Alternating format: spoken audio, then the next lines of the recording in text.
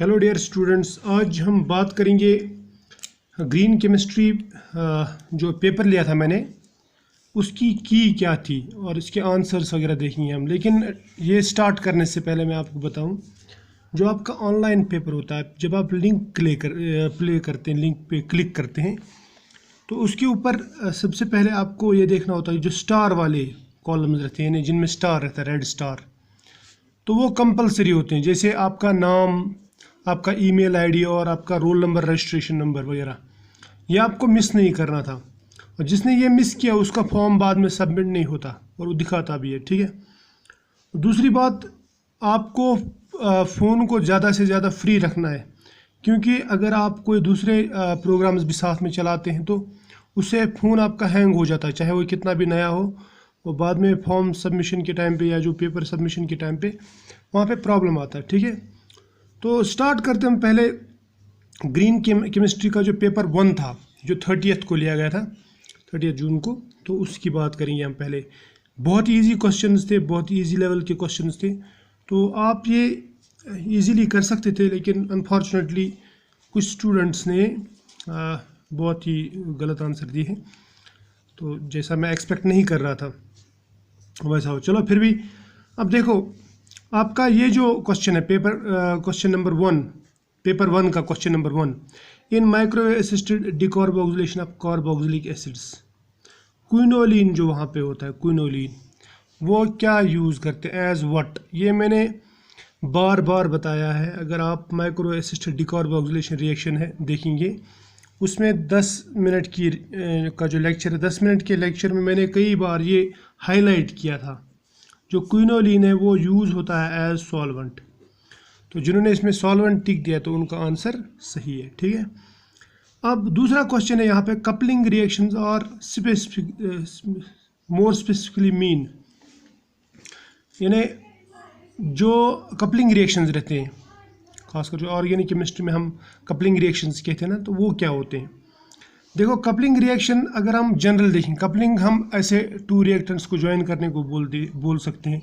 लेकिन केमिस्ट्री में जो कपलिंग रिएक्शंस रहते हैं ऑर्गेनिक केमिस्ट्री में, उसमें हम कहते हैं कि कंबाइनिंग ऑफ 2 हाइड्रोकार्बन फ्रेगमेंट्स, जिसमें 2 हाइड्रोकार्बन फ्रेगमेंट्स ज्वाइन हो, तो ये आंसर आएगा।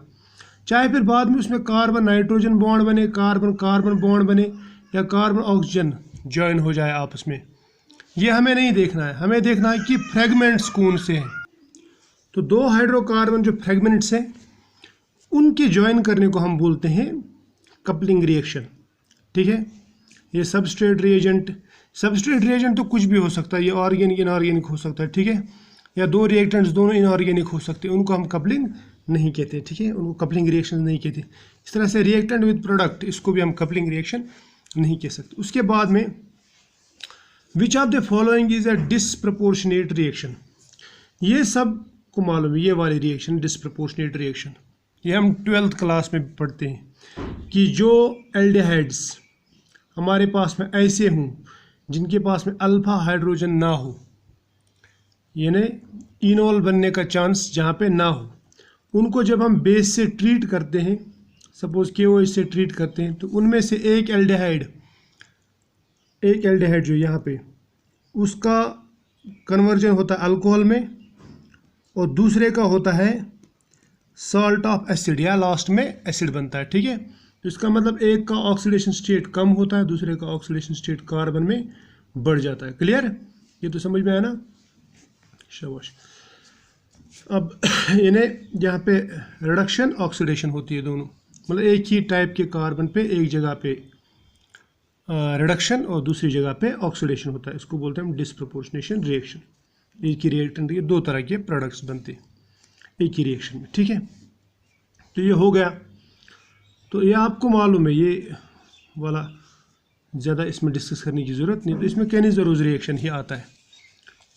अब transition metals are used as biomimetic catalyst in there, अगर आपको मालूम होगा, बायोमिमेटिक कैटलिस्ट हम उनको बोलते हैं जो एंजाइम्स की कॉपी करते हैं, यानी हम ऐसी कैटलिस्ट बनाते हैं जो एंजाइम्स की कॉपी कर सकते हैं, एंजाइम्स की मिमिक्स कर सकते हैं। और इसमें जनरली हम लेते हैं मेटलो एंजाइम्स। मेटलो एंजाइम्स का मतलब रहता है यानी वो एंजाइम्स जिनमें मेटल हो, और मेटल एंजाइम्स में कैसे रहता है, कोऑर्डिनेटेड फॉर्म में। तो इनमें भी हम कोऑर्डिनेशन कॉम्प्लेक्सेस लेते हैं। सपोज मैंने कोई मेटल लिया, सपोज आयरन लिया, तो आयरन को हम कोऑर्डिनेटेड फॉर्म में लेते हैं, और वो भी कौन से फॉर्म में, कीलेट फॉर्म या चीलेट फॉर्म जिसको आप बोलते हैं ना, तो उस फॉर्म में लेते हैं हम, कीलेट फॉर्म में। सो ये कोऑर्डिनेशन कॉम्प्लेक्स। कुछ लोगों ने लिखा था मेटेलिक फॉर्म, वो तो पॉसिबल ही नहीं है। सॉल्ट फॉर्म, वो भी पॉसिबल नहीं है। और नेकेड फॉर्म मतलब इसी तरह मेटेलिक फॉर्म यानी नेटिव फॉर्म जिसको आप बोलते हैं, ऐसा पॉसिबल नहीं है। ये हम लेते इसमें कौन से फॉर्म में, कोऑर्डिनेशन कॉम्प्लेक्स फॉर्म में, ये याद रखना। अब उसके बाद में और एक क्वेश्चन आता है हमारा, वो आता है ethylene glycol is used as protecting agent for. ये हमने कई बार डिस्कस किया है। इसको हम इथाइलिन ग्लाइकॉल को सिर्फ और सिर्फ कीटो ग्रुप की प्रोटेक्शन के लिए या एल्डिहाइड ग्रुप की प्रोटेक्शन के लिए हम इस्तेमाल कर सकते हैं। इनकी प्रोटेक्शन में इस्तेमाल नहीं होता है, ठीक है। यानी कार्बोनिल में ये प्रोटेक्शन कर सकता है, ठीक। ये तो बहुत ही आसान। उसके बाद में था reaction of simple soap with HCl। अब सोप क्या रहता है, सोप रहता है salt of long chain fatty acid, ये है फैटी एसिड, या जिसको आप बोलते हैं कार्बोक्सिल एसिड। सपोज ये सोडियम सॉल्ट लिया मैंने, इसको आप HCl से ट्रीट कराओ, NaCl निकलेगा बाहर, तो पीछे क्या रह जाएगा, पीछे रह जाएगा एसिड, कार्बोक्सिलिक एसिड। इस चेन को लिखूंगा मैं R, इसको लिखेंगे COOH।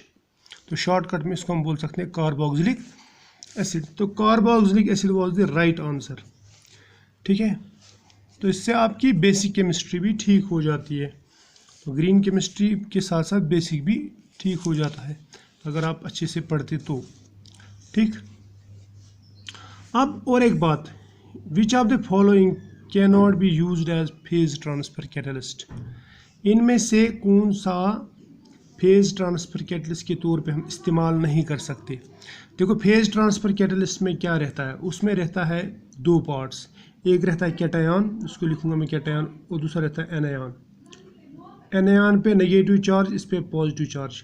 लेकिन ये जो कैटायन है ना, कैटायन के साथ में यहाँ पे generally long chain alkyl groups रहते हैं, ठीक है, जो इसको ऑर्गेनिक सॉल्युबल बनाते हैं।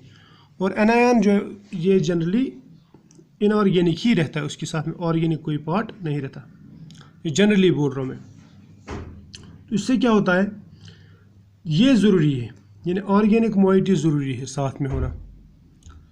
अब अगर आप अमोनियम क्लोराइड देखेंगे, अमोनियम क्लोराइड में कोई भी ऑर्गेनिक या हाइड्रोकार्बन पार्ट नहीं है, क्लियर।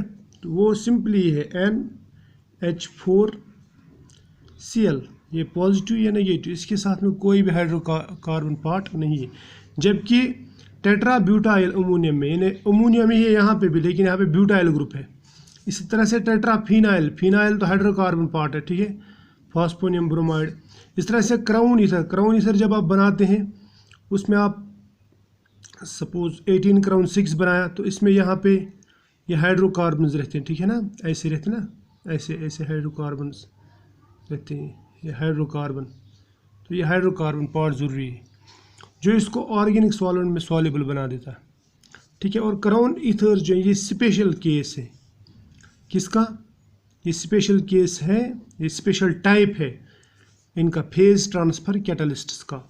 तो ये सब फेज ट्रांसफ़र कैटलिस्ट्स हैं, लेकिन अमोनियम क्लोराइड ये एक्ट नहीं कर सकता एज PTC। तो हो गया, बहुत ही सिंपल है। अब और एक high E factor, E factor means environmental factor of a reaction means, हम E फैक्टर कैसे डिफाइन करते हैं, mass of waste divide by mass of product. तो मास ऑफ वेस्ट ज़्यादा, E फैक्टर ज़्यादा, मास ऑफ प्रोडक्ट ज़्यादा, तो E factor कम। तो मास ऑफ वेस्ट जहाँ पे ज़्यादा हो वहाँ पे E फैक्टर ज़्यादा रहता है।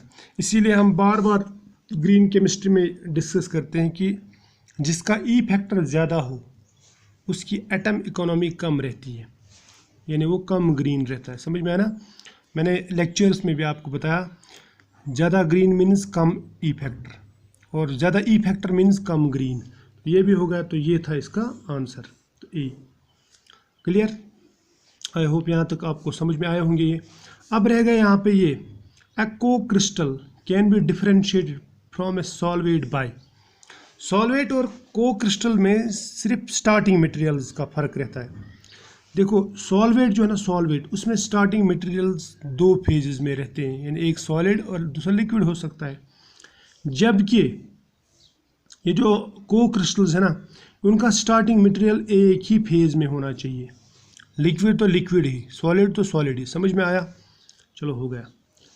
तो इसका मतलब ये था starting material, state of starting material.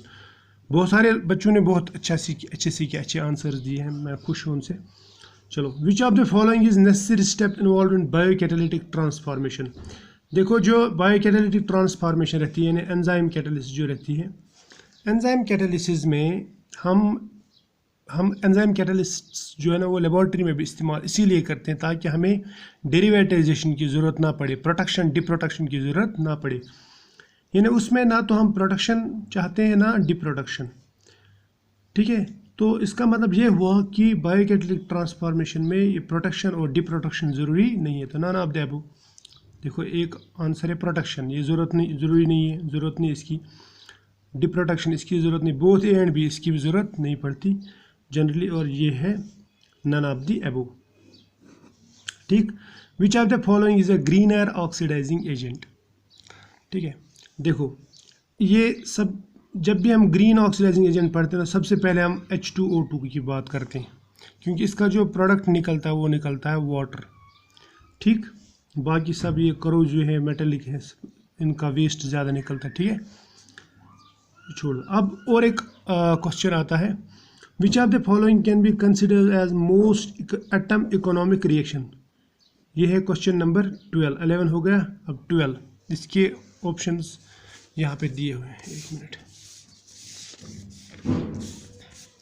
इसको मैं इसके साथ जोड़ देता हूँ। ये है क्वेश्चन अपना, which of the following can be considered as most atom economic reaction. Atom economic reaction क्या रहता है? एटम इकोनॉमिक रिएक्शन उस रिएक्शन को कहते हैं जहाँ पे रिएक्टेंट्स के मैक्सिमम एटम्स प्रोडक्ट्स में पाए जाएं, यानी maximum incorporation of atoms in products. अब देखो जो एडिशन रिएक्शन रहते हैं ना, एडिशन रिएक्शन में दो रिएक्टेंट्स ऐड होते, कुछ लॉस नहीं होता। इसका मतलब सब के सब एटम्स इसमें जमा हो जाते हैं। एलिमिनेशन में रिएक्टेंट्स में से आधा निकल जाता, तो इसका मतलब एटम इकोनॉमी कम हो जाती। सब्स्टिट्यूशन में एक सब्स्टिट्यूएंट निकलता है, दूसरा आता है, तो इसका मतलब यहाँ पे सपोज अगर Br निकल गया, OH आ गया, क्लियर, या OH निकल गया, Br आ गया। ठीक, OH में दो एटम्स है ना, यहाँ पे कितने हैं? यहाँ पे एक। तो अगर इसका जो देखा जाए सब्स्टिट्यूशन में एटम इकोनॉमी कम भी हो सकती है। फ्रेडल क्राफ्ट्स में भी ऐसे HCl निकल जाता है। ठीक, तो इसमें भी एटम इकोनॉमी कम हो जाती है। लेकिन जो एडिशन रिएक्शन है, एडिशन रिएक्शन को हम कंसिडर कर सकते हैं कि ये सबसे ज़्यादा एटम इकोनॉमिक रिएक्शन है। क्यों? क्योंकि इसमें एटम्स ऐड होते हैं। इसमें ना तो सब्स्टिट्यूशन होता है, ना एलिमिनेशन होता है, और ना ही इस तरह की फ्रेडल क्राफ्ट्स की तरह होता है। तो इसमें एटम्स ऐड होते हैं, तो इसका मतलब इसकी एटम इकोनॉमी बढ़ जाती है। क्लियर, मतलब अच्छी होती है इसकी। विच of the following is greener insecticide. इसमें दो ही इंसेक्टिसाइड, एक है DDT और दूसरा है ये हेलोफिनाजाइड। फिनाजाइड डेरिवेटिव जो है, जैसे मिथॉक्सीफिनाजाइड है, हाइड्रोक्सीफिनाजाइड है या हेलोफिनाजाइड, इनको हम बोलते हैं दीज आर ग्रीन इंसेक्टिसाइड्स। जबकि DDT जो है ये बहुत ही डेंजरस इंसेक्टिसाइड है, इसको हम आजकल अवॉइड करते हैं। बहुत सारे लोगों ने ये लिखा है इंसेक्टिसाइड तो है ये, लेकिन ग्रीन नहीं है। अब ये डिकॉय और ये ट्राइब्यूटाइल टिन ऑक्साइड, ये दोनों एंटीफॉलेंट्स हैं, और इसमें से ये ग्रीन है, ग्रीन एंटीफॉलेंट। लेकिन हमें एंटीफॉलेंट नहीं पूछा है, हमें पूछा गया है ग्रीनर इंसेक्टिसाइड। तो हेलोफिनाजाइड इज ग्रीनर इंसेक्टिसाइड। अब और एक क्वेश्चन है, which of the following contains maximum bound oxygen. ये बहुत इंपॉर्टेंट है। बाउंड ऑक्सीजन का मतलब रहता है कि कंपाउंड में ही कितना, जैसे अगर मैं लिखूँ AROH, इसमें एक ऑक्सीजन है, RC डबल बॉन्ड OH, इसमें दो ऑक्सीजन है, तो इसका मतलब इसमें बाउंड ऑक्सीजन ज़्यादा है, इसमें बाउंड ऑक्सीजन कम है। अब अगर आप इनकी देखेंगे, टर्पीन्स क्या रहते हैं? टर्पीन्स रहते हैं पॉलीआइसोप्रियन। यह है आइसोप्रियन और इसका पॉलीमर रहता है, ठीक है। जिस तरह ये रबर का भी मोनोमर रहता है, ठीक है। तो इसमें तो ऑक्सीजन है ही नहीं। पेट्रोल हाइड्रोकार्बन चेन है, केरोसिन हाइड्रोकार्बन चेन है, इनमें ऑक्सीजन नहीं रहता। अब बायोडीजल जो है, बायोडीजल रहते हैं ऐसे, ये रहते हैं एस्टर्स, ठीक है। एस्टर्स ऑफ मिथेनॉल रहते हैं, ठीक है। ट्रांस एस्टरिफिकेशन के बाद में बनते हैं। अब इनमें बाउंड ऑक्सीजन रहता है, तो इसका मतलब बायोडीजल ही इसमें एक ऑप्शन बचता है। बाकी सब तो सिंपल हाइड्रोकार्बन है जिनमें बाउंड ऑक्सीजन है ही नहीं। विच of the following is not include in 12 principles? ये सबको मालूम है। करोजन, करोजन का हम डिस्कशन 12 प्रिंसिपल्स में नहीं करते। Clear? Full form of PMI is, ये पहला ही ऑप्शन था, प्रोसेस मास इंटेंसिटी। ये फार्मास्यूटिकल वाले ज़्यादातर इस्तेमाल करते हैं। ये हमने इससे पहले भी पढ़ा है, ई फैक्टर में पढ़ा है, एटॉमिक इकोनॉमी में पढ़ा है, ठीक है। प्रोसेस मास इंटेंसिटी। अब परसेंट एटम इकोनॉमी क्या है? हम बोलते हैं कि formula mass of products divide by formula mass of atoms into 100, यानी हम परसेंट एटम इकोनॉमी का मतलब रहता है कितना परसेंट एटम्स रिएक्टेंट्स के प्रोडक्ट्स में प्रेजेंट है, वो है। तो हम बोलेंगे फार्मूला मास ऑफ प्रोडक्ट्स, ठीक है। ये सॉरी प्रोडक्ट बोलूँगा मैं, जो डिजायर्ड प्रोडक्ट रहता है, ठीक। और divide by formula mass of all the atoms जो हमने रिएक्टेंट्स में यूज़ किए हैं ना, और इनटू 100। या मैं ऐसा बोलूँगा कि जितने भी हमने एटम्स यूज़ किए हैं उसमें प्रोडक्ट्स में कितने यूटिलाइज हुए, ठीक। मैं बोलूँगा फार्मूला मास ऑफ, या मैं बोलूँगा simply formula mass of atoms utilized divide by formula mass of all the reactants into करेंगे 100। तो इसमें कौन सा ऐसा ऑप्शन है? Formula mass of reactants, formula mass of atoms ये नहीं आएगा। Formula mass of atoms utilized divide by formula mass of reactants ये वाला आएगा। तो दूसरा वाला जो है ना, ये बी वाला ऑप्शन, ये ठीक है इसमें। क्लियर? अब उसके बाद में which of the following is a greener reagent used in place of sodium for the chemical detection of nitrogen sulfur? Lassaigne's extract जो है ना, लिसिजन एक्सट्रैक्ट, उसके बदले में हम क्या यूज़ करते हैं? ये मैंने मतलब बहुत स्ट्रेस दे के पढ़ाया था कि जिंक सोडियम कार्बोनेट को हम यूज़ करते हैं सोडियम की जगह। और सोडियम तो आपको मालूम है, मॉइस्चर लग गया तो वो मतलब उसको स्टोर करना या ये मुश्किल है, वो रिएक्टिव भी बहुत रहता है और डैमेज भी, वो उससे आग भी लग सकती है। ये जो ना, ये सेफ है। सुपर क्रिटिकल कार्बन डाइऑक्साइड, ये जो ना, ये कैसे बिहेव करता है? ये बिहेव कैसे करता है? जो भी सुपर क्रिटिकल फ्लूइड्स रहते हैं ना, उनका जो नेचर रहता है वो लिक्विड्स और गैसेस की तरह बोथ रहता है। लिक्विड्स की तरह वो डिजॉल्व करते हैं सब्सटेंसेस को, और गैसेस की तरह वो पेनिट्रेट करते हैं। ये भी मैंने पढ़ाया हुआ है। अब नॉन कोवेलेंट डेरिवेटिव्स, और नॉन कोवेलेंट जो ना एनसीडीज जो रहते हैं वो जनरली होमोजीनियस रहते हैं। क्या रहते हैं? Homogeneous in nature. तो ये वाले सब कैंसिल हो जाते हैं। क्लियर? आई होप यहाँ तक आपको समझ में आया होगा। अब ये जो ग्रीन केमिस्ट्री पेपर नंबर 2 है वो मैं नेक्स्ट लेक्चर में आपको बताऊँगा, ठीक है।